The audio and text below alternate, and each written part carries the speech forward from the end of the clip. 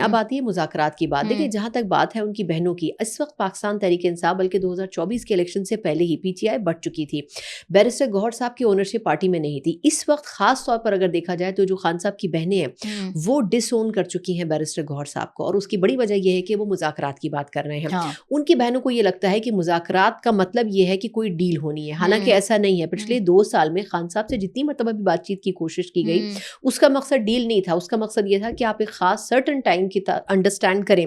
देखिए, जो हमारी अब वो तमाम बातें भी हम बड़ी मर्तबा कर चुके हैं कि हमारी इकोनॉमिक सिचुएशन क्या थी, डिफेंस में कहाँ थे, टेररिज्म में हम कहाँ खड़े थे, और हम डिफॉल्ट के दहाने से वापस आए। ये वो तमाम चीज़ें जो 2 साल में हमने पार की। तो अगर ये हकीकत ना होती तो शायद गवर्नमेंट इतनी सख्ती ना करती पीटीआई के साथ।